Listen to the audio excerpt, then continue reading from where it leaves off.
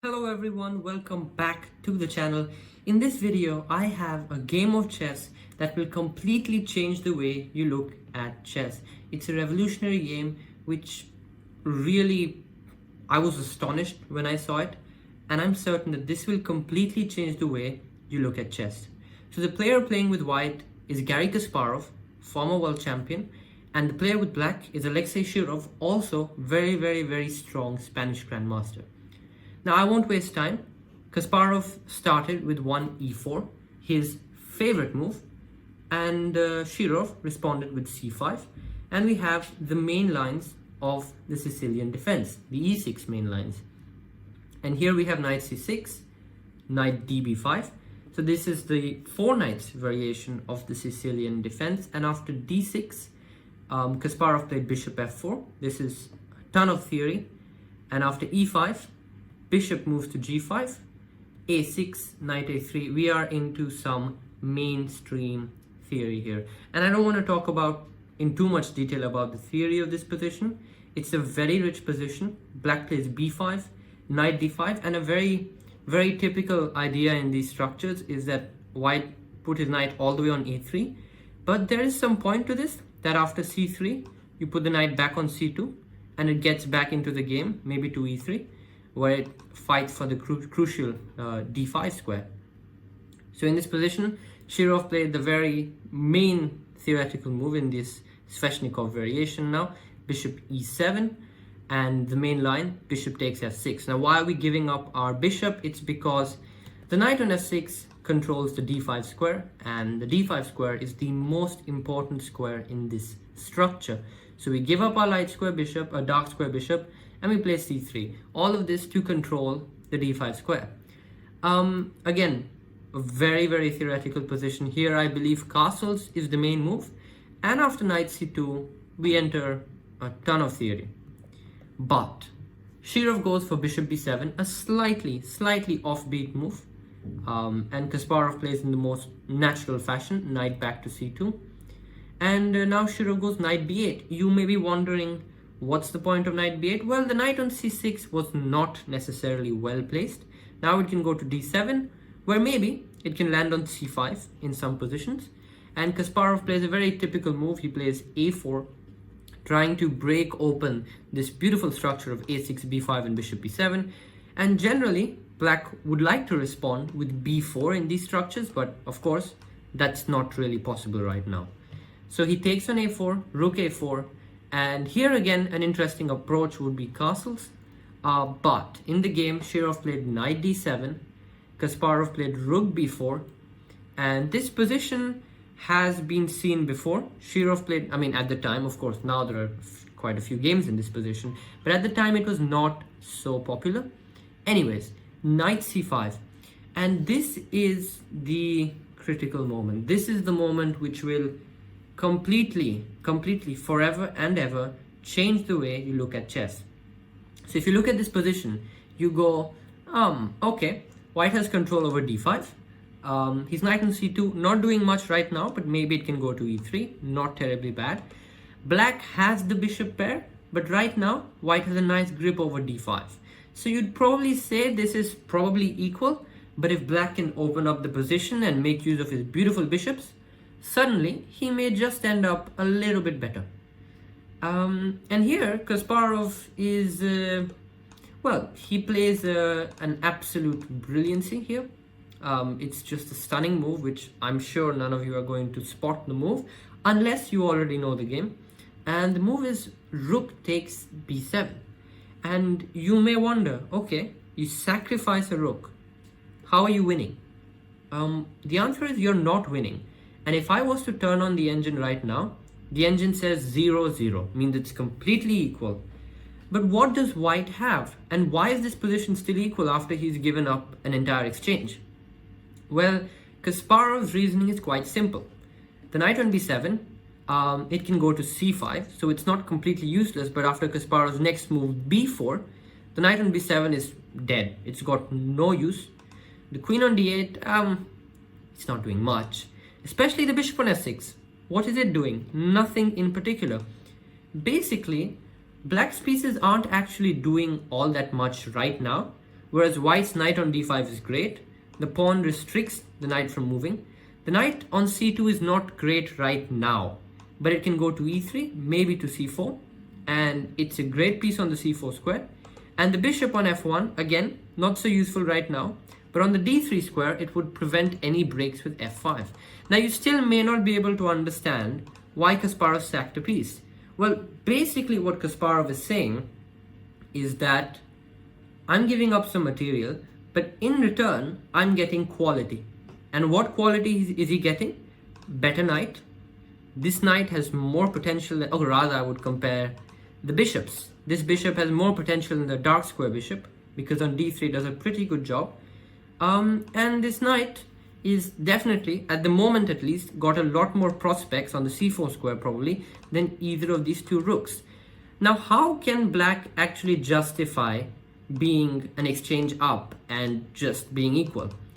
What black needs to do now is he needs to find a way to open the position up, because if he opens the position up, this dark square bishop comes to life. And these rooks, as we know, rooks like open files. So Shirov needs to find a way to open the position up. But until he can do that, the white pieces are actually just a bit better than their black counterparts. So immediately you may not be able to understand why white is winning. He's not winning, but why white has a small pull in the position. I certainly didn't. But after you see the whole game, I'm convinced that you will be stunned at how much quality there actually is in this white position. So in the game, Shirov played bishop g5, a very reasonable move. It does two things. It prepares f5, which is something you want to play, don't forget. You want to open the position either with f5, oops, my bad, f5 or a5. These are two of the most natural breaks. And Kasparov would love for this knight to be on c4. And if he goes to e3, that's probably bishop e3. So Kasparov very cleverly goes knight a3. And after castles, he puts his knight on c4. And now Shirov breaks finally with a5. He wants to open this position up for his rooks on the a file. And now Kasparov, I don't know if he started thinking, but for the sake of this video, we'll say that Kasparov started to think. And he could have tried knight c2 b6. But actually, this isn't so clear. So you take on b4, and you take this rook. You're like, wait a second, I just won my material back. Yes, you did. But after takes on c3, ignoring the knight on a8, actually, there is a lot of compensation against this white king. After knight c5, this king is a bit exposed actually, and this pawn, pretty nice, isn't it? f3 probably and f5, and black isn't winning. He has an attack on the white king, and even if Shirov isn't interested in all of this, he can just play rook a7. Kasparov goes bishop d3, and this actually is quite a reasonable move because it keeps an eye and stops any f5 breaks. Now, of course, whenever black plays f5, he weakens this diagonal, which will be important in the future. But immediately, there is, it's just normal developing move. And now, Alexey Shirov actually has to make an important decision. Does he take or does he not take? In the game, he chooses to take. And after cb4, he allows Kasparov to obtain a clean passed pawn. But if you look at it, there's not much he can do because, as I said, he needs to open up the position for his rooks. So he has to take to open it up. And now Shirov comes up with a very nice idea to regroup his pieces. So as we said, the knight on b7 is useless. And Shirov starts to think, okay, my pieces are bad, especially my knight on b7. So how can I improve it? And he says, wait a second, what if I could do this? Knight's on e6, and that knight is brilliant on e6. But how can you achieve it? Because you need to move the queen. If you move the queen to c8, knight b6, queen to e8, knight c7, queen to d7, again, knight b6. Basically, wherever the queen moves, you run into trouble, except queen b8. And now the knight can get to e6. But also, he has a small hidden threat, queen a7 and queen d4. So Shirov's pieces are starting to get activated. And here is another very important moment. As you can see, Shirov is starting to gain some activity with his pieces. And if you are time sensitive, when I say time sensitive, I mean if you are sensitive to the nature of the position and how the position is starting to develop, you'll note that now Shirov is starting to get some counterplay. Yeah, he's trying to get his knight to e6, maybe the queen to d4. And so Kasparov, being a world champion at the time, I believe he was world champion in 1994, correct me if I'm wrong in the comments, he understands that he needs to do something right now. And so what does he do? h4, immediately going for a killer strike. It's not exactly a killer strike. And here Shirov could have tried bishop d8, where he keeps an eye on this square, but there's a compromise that he can no longer bring his knight to e6. So that would be one possibility, but Shirov goes for what I think is the more humane option. He goes bishop h6, keeping the bishop on this diagonal, also keeping this option alive. Kasparov goes knight cb6, and now rook a2 was played. Of course, moving the rook away onto the second rank. But even now, you just look at the black pieces. Let's take a second. Knight on b7 still useless. Rook on a2. The truth is, on its own, the rook can't do anything. And right now, the rook is all on its own, isolated, doing nothing. The bishop on h6, okay, not a bad piece. Not a great piece, not a bad piece though. So probably this is one of black's best pieces. And here it's very easy to make a mistake if you're Kasparov.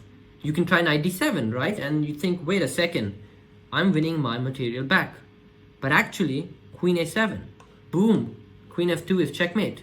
So you need to castle, and then rook a8. And Shirov gets his material all in check, and he's just up an exchange. And your knight on d7 is actually pretty awkward. So Kasparov, being a former world champion, oh sorry, I keep saying it, he's world champion at the time, he goes castles, immediately keeping an eye on the f2 pawn. And if queen a7 had been tried now, Kasparov would probably go bishop c4, rook d2, and queen f3. All his pieces are playing, and now this rook can't really move because of the pressure on the f7 pawn. So you can start to see why Kasparov's position is so good. All of his pieces are playing, but black's pieces are not really finding their way.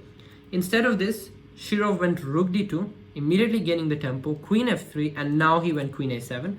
So we kind of have more or less the same thing. And here, I will take a second to bask in the glory. Is it bask? I think I just messed up the pronunciation of that word. But anyways, what I'm trying to say is that I came up with a very nice move, bishop b5. Maintaining all the pressure in the position, improving all the pieces, and after some concrete analysis, it apparently works out. I would probably have not found all the concrete variations, but in the end it works out, just maintaining the fact that this knight is bad, this bishop is bad, the rook is on its own, queen is doing nothing, white's bishop, great, white's knight restricting the black pieces, white's knight on a great square, the pawn does a great job, the queen beautifully placed, and now maybe g4, g5 is coming. Kasparov made a slightly less accurate move, knight d7, but let me be very clear, Kasparov probably saw the concrete variations of bishop b5 and said it doesn't work, and I just said bishop b5, oh, it looks okay, let's just play it. So, of course, Kasparov probably saw a lot more than me, but anyways, he went for knight d7, and it's easy to go wrong for Alexey Shirov. For example, if he tries rook d8, then knight e7, and after king h8, you take on f7, and there are some very serious threats. Knight f8, covering checkmate, and then you go checkmate. So some serious threats in the position, and let's say you just go g6, yeah, trying to cover the f8 square, so there is no longer any knight f8. You can play knight f6, threatening mate on h7, bishop g7, and now even knight e8, going for this, and this is winning for white. On the other hand, if Shirov goes for this, if he does go for rook d8, which he didn't, you can also try rook d3, but then knight f8, as we saw, will lead to mate.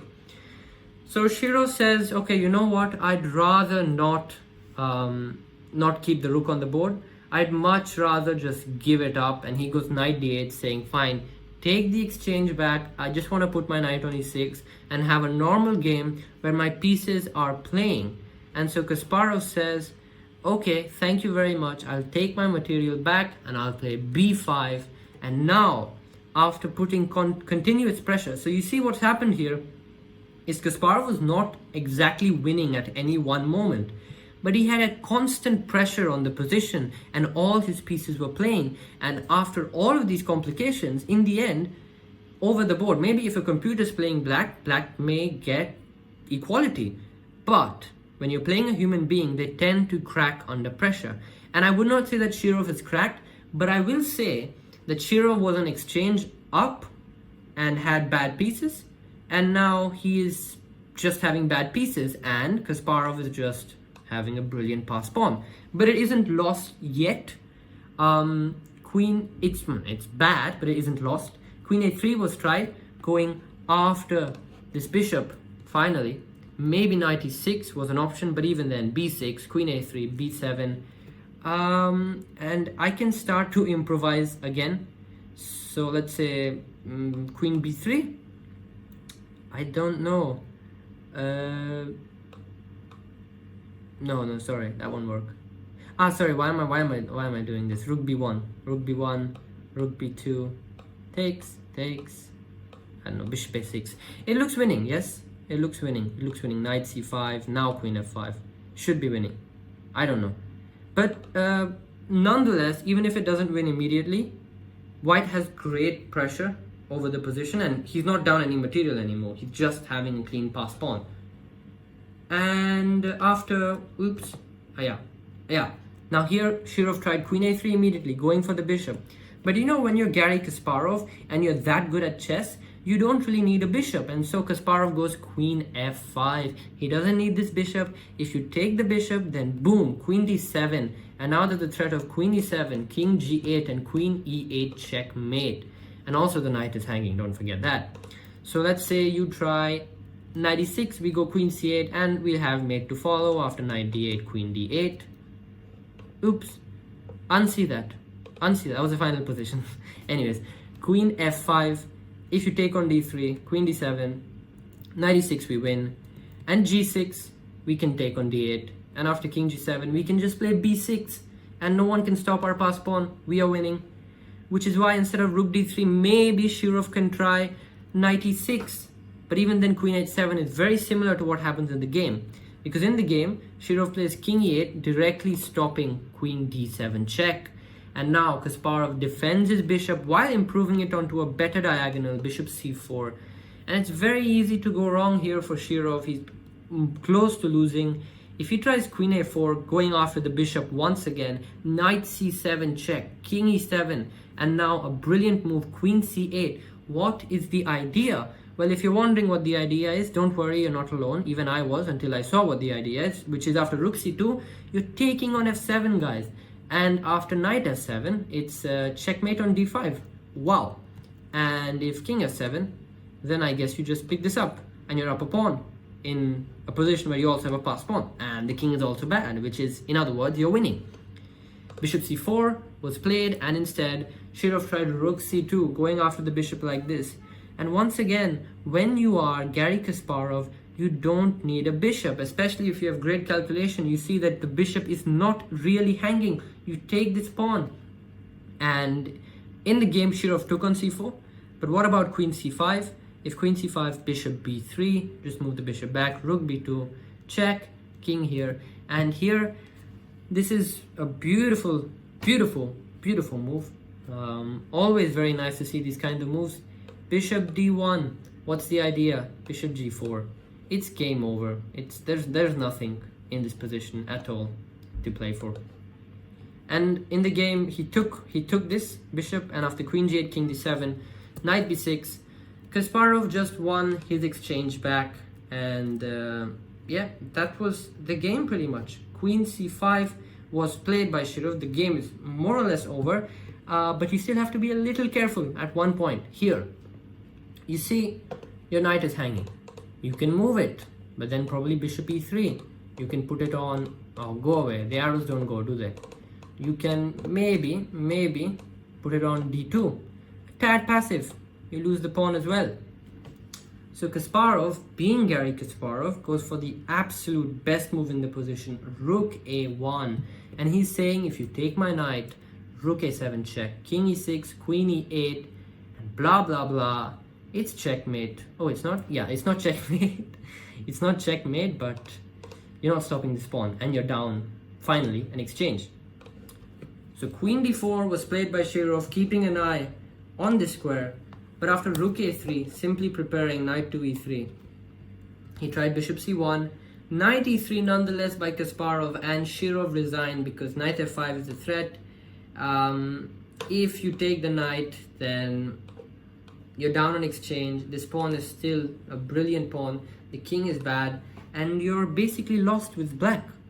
So if I was to just recapitulate and show you like this position, I guarantee you that most of you at least would have been like, what is Kasparov on about? Why is he sacrificing a piece for absolutely nothing? The reason is because his pieces are just better. Sometimes in chess, you're allowed to sacrifice material to get quality, to get better pieces. It's sometimes just as simple as that. And I mean, the right moment to strike as well, very carefully chosen, because now it seems like black is starting to get some play. Kasparov goes h4, bishop h6, he goes knight b6, rook a2, castles, and the rest is history. I mean, g4, g5 is coming, so it's anyways lost in the game. Queen a7 was played, if you remember. And now Kasparov and knight d7. I would suggest small little move, bishop b5. Just dominate this whole position. You're getting the move g5 next. It is a brilliant position for white, but even this seems to be enough. And yeah, it is a stunning game. It's amazing how you can just sacrifice your exchange for seemingly nothing. Like, he just gave up the rook and won. I mean, and sometimes, you know, when these great attacking players play, they sacrifice something and you're like, wow, beautiful combination, beautiful attack. Here, you're like, why did you sacrifice it? Like, there's no attack, there's no combination, there's no mate in one. If I turn the engine on right now, the engine says plus 0.2. I don't know if you can see the bar on the right, but it says plus 0.2, which tells you something, that white's pieces are so good in this position that even though he's down on exchange, he's completely fine. Nonetheless, brilliant game by Kasparov. If you really want to learn a lot from this, all you have to do, I'll link the game in the description. Study it carefully, take your time, take hours if you want to study the game. It will definitely be very instructive. It beautifully illustrates the importance of quality of your pieces in chess over material.